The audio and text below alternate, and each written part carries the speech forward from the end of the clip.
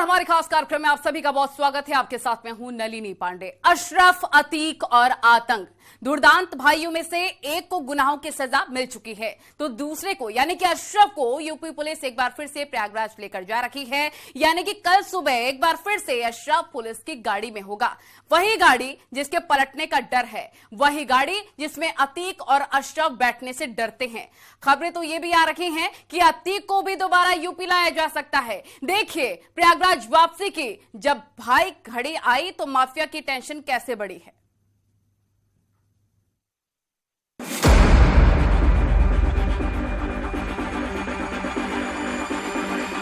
जिसे सता रहा था एनकाउंटर का डर,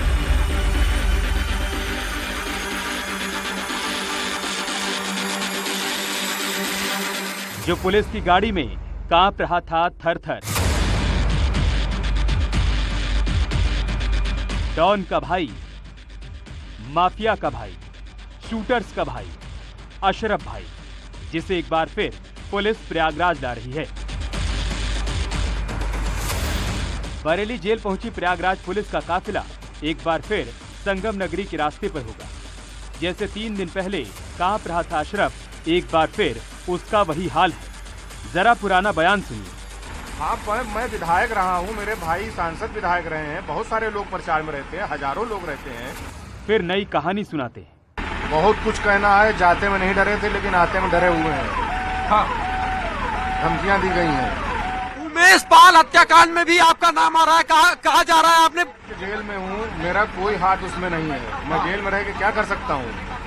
कहा जा रहा है क्या? उनके अपहरण के टाइम भी मैं जेल में था, मैं बरी हो गया और उनकी हत्या हुई तो भी मैं जेल में हूँ। कहा जा रहा है कि आपने जेल में बैठ के कॉल की, मुलाकात की शूटरों से। जेल में बैठ के कोई कॉल कर सकता है? नहीं तो क्यों ऐसा किया जा रहा है आपके साथ? गुमराह कर रही है, बस और कुछ नहीं है इसके सिवा। लेकिन उनके परिजन भी लगातार आपके ऊपर आरोप लगा रहे हैं। आरोप लगा रहे हैं, अब आरोप का हम क्या जवाब दे सकते हैं? वो तो कोर्ट की बात है, कोर्ट में देखा जाएगा। लेकिन क्या कहना चाहेंगे कि आखिर क्यों ऐसा हो रहा है? मैं जेल में रह के क्या कह सकता हूँ भैया, बताइए। 50 कैमरों की निगरानी में मैं रहता हूँ। मेरी मुलाकात अगर मेरे वकील से कराई जाती है तो LIU बगल में बैठा दी जाती है। मैं कोई ढंग से अपने वकील से बात नहीं कर सकता। मैं क्या कर सकता हूँ? दरअसल अशरफ की कल CJM कोर्ट में पेशी होनी। पेशी के दौरान प्रयागराज पुलिस उसकी रिमांड की मांग करेगी। अगर रिमांड मिलती है तो उमेश पाल शूटआउट में उससे पूछताछ होगी। लेकिन सवाल यह है कि क्या अशरफ का एक बार फिर वही हाल होने वाला है जो 3 दिन पहले था?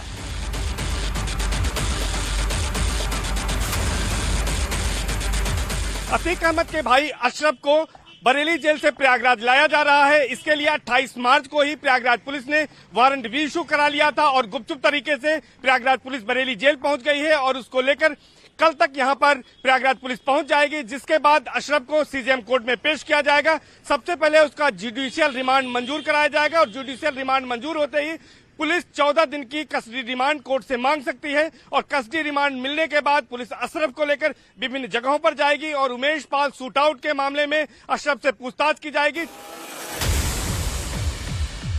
एक तरफ अशरफ को दोबारा प्रयागराज लाया जा रहा है तो दूसरी तरफ अशरफ की कस्टडी भी पुलिस मांग सकती है, जिसका मतलब ये है कि अतीक को एक बार फिर साबरमती जेल से प्रयागराज लाया जा सकता है। अतीक अब साबरमती में कैदी नंबर 17,052 है, जिसे सजायाफ्ता कैदियों वाली 2 जोड़ी वर्दी दी गई।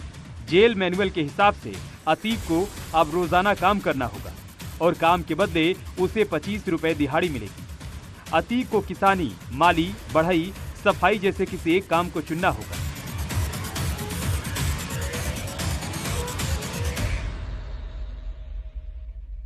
अतीक अब साबरमती जेल का पक्का कैदी बन चुका है, लेकिन सवाल यह है कि इससे भी उसकी मुश्किलें कम नहीं होने वाली हैं, क्योंकि माफिया को एक बार फिर यूपी लाने की तैयारी चल रही है।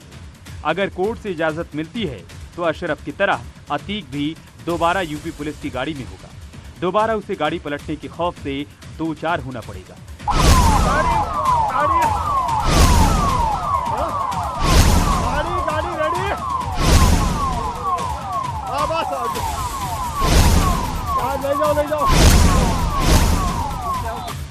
Bureau report, news 18।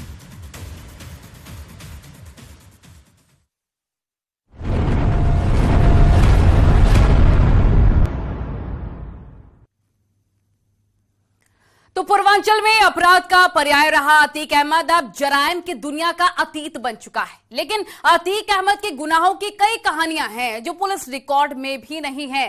17 साल की उम्र में गोली मारकर अपराध की दुनिया में अतीक ने कैसे कदम रखा। कहते हैं जब अतीक का इकबाल बुलंद हुआ करता था उस समय जिस गली से अतीक गुजरता था वहां सन्नाटा पसर जाता था। आज वही अतीक थर थर कांप रहा है। देखिए अपराधी से बाहुबली नेता और माफिया बनने तक की अतीक के वो किस्से जो आपने कभी नहीं सुने होंगे।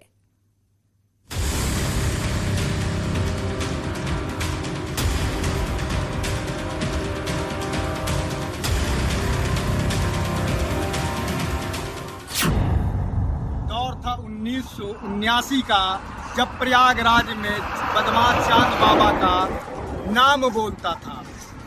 चांद बाबा के नाम से ना सिर्फ आम जनता दहशत खाती थी बल्कि पुलिस भी कार्रवाई की हिम्मत नहीं जुटा पाती थी। उसी दौर में प्रयागराज के चकिया इलाके का रहने वाला फिरोज आलम तांगा चलाकर अपने परिवार का भरण पोषण करता था। उसका बेटा उस वक्त अतीक अहमद 10वीं की पढ़ाई कर रहा था। बताया जाता है कि जब रिजल्ट आया तो अतीक अहमद फेल हो चुका था, जिसके बाद से अतीक अहमद अपने कुछ दोस्तों के साथ जराइम की दुनिया में कदम रख चुका था और उसने 1982 में बदमाश चांद बाबा की गोली मारकर हत्या कर दी, जिसके बाद से अतीक अहमद के नाम की दहशत प्रयागराज में ही नहीं समूचे प्रदेश में फैल चुकी थी। 1992 में उसने मत्सन नाम के कुख्यात अपराधी की गोली मारकर हत्या की। उसके नाम का डंका समूचे पूर्वांचल में बजने लगा। वह पूर्वांचल के बाहुबली माफिया अतीक अहमद के नाम से जाने लगा।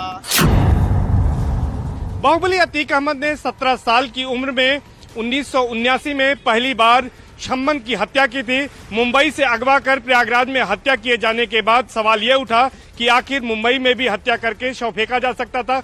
लेकिन जब जांच पड़ताल की गई तो पता यह लगा कि इसके पीछे खौफ का साम्राज्य खड़ा करना था। अतीक अहमद उसके बाद कभी पीछे मुड़कर नहीं देखा उसने और लगातार वो जराइम की दुनिया में घुसता चला गया और एक दिन वो जराइम की दुनिया से राजनीति में भी गया और उसने यहाँ पर बादशाहत कायम कर ली। शम्मन की हत्या के बाद अतीक अहमद का सिक्का चल उठा था और यहाँ पर चांद बाबा नाम का एक अपराधी था जिसका सिक्का चलता था। चांद बाबा से अतीक अहमद का आमना सामना हो गया और कई बार यहाँ पर राजनीतिक शाह भी अतीक अहमद को मिली क्योंकि लोग चाहते थे कि चांद बाबा को थोड़ा डाउन किया जाए और इसी वजह से राजनीति के साथ ही साथ कुछ अधिकारियों का भी अतीक अहमद को शाह मिला। और कहा जाता है कि इस अपराध की दुनिया में ही 1986 में अतीक अहमद एक बार गिरफ्तार कर लिया गया और लगा कि अब पुलिस उसका इनकाउंटर कर देगी। लेकिन इस बीच दिल्ली से एक फोन आया और अतीक अहमद छोड़ दिया गया और अतीक अहमद को वहीं पर पहला जीवनदान मिल गया। नगर निगम के चुनाव हो, ग्राम प्रधानी के हो या जिला पंचायत के हो या फिर विधानसभा के, 80 और 90 के दशक में अतीक से पूछे बिना प्रत्याशी खड़े नहीं होते थे क्योंकि उन्हें पता था कि यदि अतीक से परमिशन नहीं लिया तो कहीं लेने के देने न पड़ जाए। मगर अब ऐसा समय आ गया कि इस वक्त जब वो जेल के रास्ते में था या जेल पहुंचा तो वो तमाम लोग नदारत दिखे। अतीक के पिता जिस तांगा चला के अपने परिवार का पेट पालते थे, बाद में जब अतीक को गुंडई और दबंगई सवार हुई तो अतीक उन्हीं घोड़ों से अपनी दबंगई के लिए रौब कमाने लगा। कहा जाता है कि कई बार अतीक ने अपने दुश्मनों को खड़ा करके सड़क पर और उन पर घोड़े दौड़ा दिए। महंगी गाड़ियों और गंदी गालियों के लिए भी अतीक की चर्चा होती है। एक किस्सा बताया जाता है कि अतीक के किसी करीबी ने हमर गाड़ी खरीद ली और वो गाड़ी दिखाने अतीक के पास आया और उसने अतीक को बताया कि ये गाड़ी प्रयागराज की पहली हमर गाड़ी है, जिस पर अतीक ने कहा कि प्रयागराज में अगर कोई अनोखी चीज है तो वो पहले मेरे पास होनी चाहिए, तुम्हारे पास नहीं। और अतीक ने वो गाड़ी खड़ी करवा ली। ऐसे ही अपने करीबियों को भी नई नई गालियों से नवाजने के लिए भी अतीक को लोग याद करते हैं। अपने करीबी आबिद प्रधान के दामाद जैद हों या इमरान, उनको नई नई गालियों से नवाजने के ऑडियो भी अतीक के वायरल होते रहे हैं। अतीक अहमद का नाम उत्तर प्रदेश में राजनीतिक गलियारों से लेकर अपराध की गलियों में काफी तेजी से नाम आगे बढ़ता गया, लेकिन एक ऐसी घटना होती है जिसके वजह से अतीक अहमद उत्तर प्रदेश के आपराधिक दुनिया से लेकर पुलिस के गलियारे में एक अलग सा नाम बन गया। दरअसल 25 जनवरी साल 2005 को जिस तरह से राजूपाल हत्याकांड को अंजाम दिया जाता है, उसके बाद पुलिस उसके पीछे पड़ती है, जिसके बाद उसका राजनीतिक करियर चौपट होता है। इसके साथ ही अतीक अहमद और उसके 2 भाई अचानक जेल जाते हैं और उसके बाद यहीं से इसी घटना के बाद से अतीक अहमद का पतन शुरू हो जाता है। माफिया अतीक का 80 के दशक में या कहा जाए 90 और 2000 तक वो जलवा था कि वो जिस गली से निकलता था सड़कों पर सन्नाटा पसर जाता था, लंबा काफिला उसका चलता था। उसकी दबदबा ये था कि उसके काफिले के आगे कोई आने की हिम्मत नहीं करता था। मगर वक्त बदला, हालात बदले। अब ये हालात है कि वो पुलिस की वैन में 1300 किलोमीटर सफर करता हुआ नैनी आया। और एक ब्रेक के लिए रुकना होगा, खबरें लगातार जारी हैं।